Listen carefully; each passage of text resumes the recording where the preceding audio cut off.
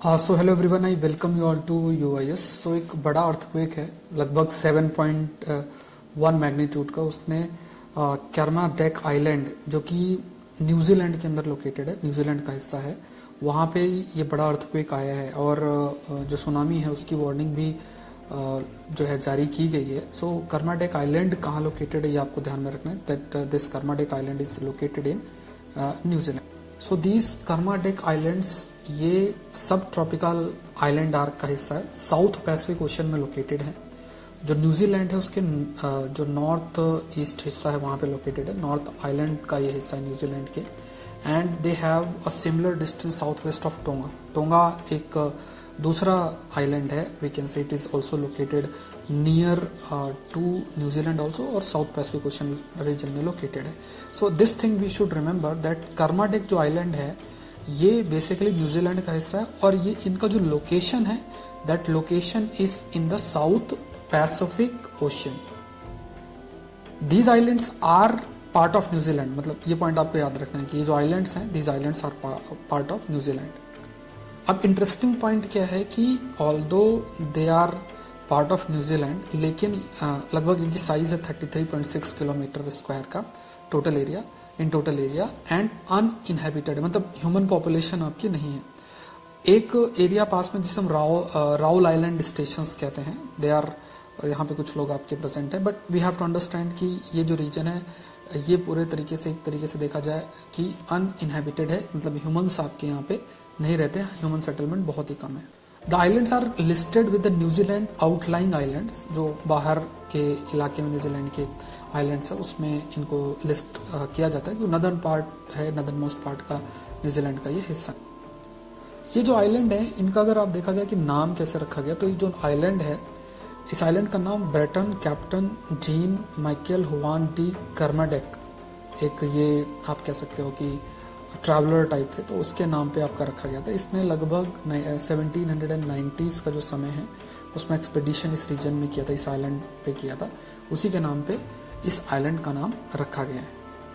Now next question arises कि आखिर जो न्यूजीलैंड है वो इतना प्रोन क्यों है। जैसे अभी हमने जो we have discuss this point की जो ये रीजन है न्यूजीलैंड का, वहां पे 7.1 रिक्टर स्केल का जो अर्थक्वेक है वो आया है। Now the second question is कि जो न्यूजीलैंड है वो प्रोन क्यों है। तो यहाँ पे आपको याद रखना है कि जो न्यूजीलैंड है दिस कंट्री ये लोकेटेड है दो मेजर जो टेक्टोनिक प्लेट्स हैं, आगे डिस्कस करेंगे, एक तो पैसिफिक प्लेट है और एक ऑस्ट्रेलियन प्लेट है। सो दोनों का जो बाउंड्री है, दोनों प्लेट्स जो मिलती हैं उनकी जो बाउंड्री है वहां पे ये जो कंट्री है लोकेटेड है, न्यूजीलैंड आपका लोकेटेड है। अब ये दोनों जो प्लेट्स हैं, चाहे वो पैसिफिक प्लेट हो या ऑस्ट्रेलियन प्लेट्स हैं, इनका मूवमेंट आपका हो रहा है। जैसे अगर आप विश्व को देखोगे ना, तो पूरा जो विश्व है, पृथ्वी है, वो डिफरेंट प्लेट्स में डिवाइडेड, और इन प्लेट्स का मूवमेंट आपका होता है। तो ये जो प्लेट्स हैं इनका कंटिन्यूस मूवमेंट होता है, और क्योंकि न्यूजीलैंड इन दोनों प्लेट्स के बाउंड्री पे लोकेटेड है, इसलिए अगर प्लेट मूव करेगी तो अर्थक्वेक की पॉसिबिलिटी भी बहुत बनी आपकी रहती है इस रीजन के अंदर। एक पॉइंट ये भी हमें ध्यान में रखना है कि रिंग ऑफ फायर, जैसे पैसिफिक ओशन है और एशिया का जो रीजन है, इस पूरे इलाके में रिंग ऑफ फायर्स है, जैसे आप देख भी सकते हो। तो ये जो रिंग ऑफ फायर्स है, दीज रिंग ऑफ फायर्स एक ऐसा जोन है जहां दो प्लेट बाउंड्रीज मिल रहे हैं, पैसिफिक प्लेट है और ऑस्ट्रेलियन प्लेट, एशियन प्लेट है, सब मिल रहे हैं। और ये रीजन जहां जहां प्लेट मिल रहे हैं वहां पे बहुत अधिक वॉल्केनिक इरप्शन के चांसेस होते हैं, अर्थक्वेक की पॉसिबिलिटी भी बहुत अधिक रहती है। अब ये जो स्थिति है ये इस रीजन को बहुत अधिक अर्थक्वेक प्रोन भी कर देती है, वॉल्केनिक इरप्शन के चांसेस भी आपके होते हैं। सो जो न्यूजीलैंड है वो इसी रिंग ऑफ फायर के रीजन में ही लोकेटेड है। अब यहाँ पे आप लोकेटेड है तो जो अर्थक्वेक की पॉसिबिलिटी है वो भी बहुत अधिक बनी रहती है।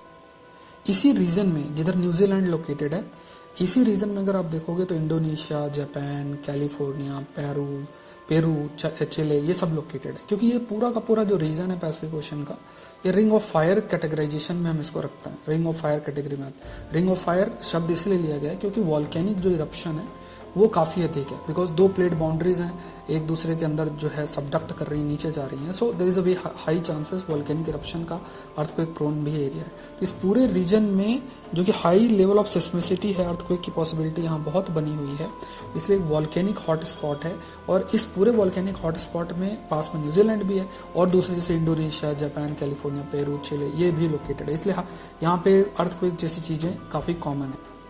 जो प्लेट्स होती हैं, जैसे दो प्लेट्स हैं, एक पैसिफिक प्लेट और ऑस्ट्रेलियन प्लेट है।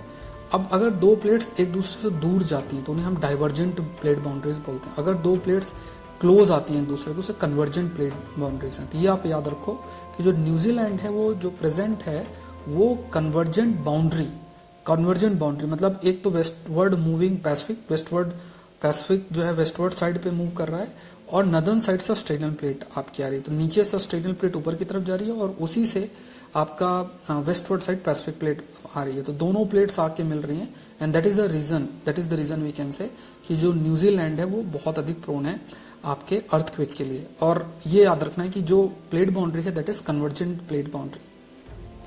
न्यूजीलैंड की जो ज्योग्राफी है या अभी जो न्यूजीलैंड स्थिति है, जो उसकी पोजीशनिंग है और उसका जो क्रिएशन है, फॉर्मेशन है, उसके पीछे ये जो प्लेट बाउंड्रीज हैं, जो उसका लोकेशन है जिसमें दो प्लेट बाउंड्रीज कोलाइड कर रही हैं, वो भी एक बड़ा रेस्पॉन्सिबल फैक्टर आपका बनना है। अगर ये देखा जाए कि दो प्लेट बाउंड्रीज में कौन जा रहा है, तो यहाँ पे जो पैसिफिक प्लेट है ये पुशिंग अंडरनीथ द ऑस्ट्रेलियन, मतलब पैसिफिक प्लेट आपकी ऑस्ट्रेलियन प्लेट के नीचे जा रही है। So Pacific plate basically oceanic plate है, भारी होती है तो वो नीचे जा रही है ऑस्ट्रेलियन प्लेट के। ये पॉइंट भी आपको ध्यान में रखना है। तो यहाँ पे like east coast of North Island से कुक स्ट्रेट तक, फिर यहाँ पे सबडक्शन देखने को मिलता है जिसमें पैसिफिक प्लेट आपकी नीचे जा रही है ऑस्ट्रेलियन प्लेट के।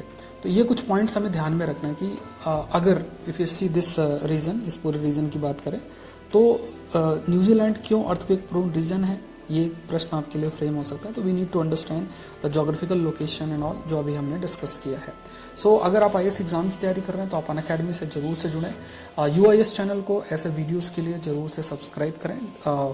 साइंस टेक के वीडियोस भी आई हैव अपलोडेड, और भी कई सारे वीडियोस आपके आते हैं, इन्फॉर्मेशन बेस्ड शॉर्ट वीडियोस होते हैं, तो उनको भी आप जरूर से देखें। और अनअकैडमी से जुड़ने के लिए जैसे अकेडमी की वेबसाइट पर जाएं, UPSC CSE सेलेक्ट करें, कोड डालें SPLIVA, ज्वाइन कर सकते हैं। नीचे डिस्क्रिप्शन बॉक्स में आपको लिंक दिया हुआ है। So thank you everyone, thank you.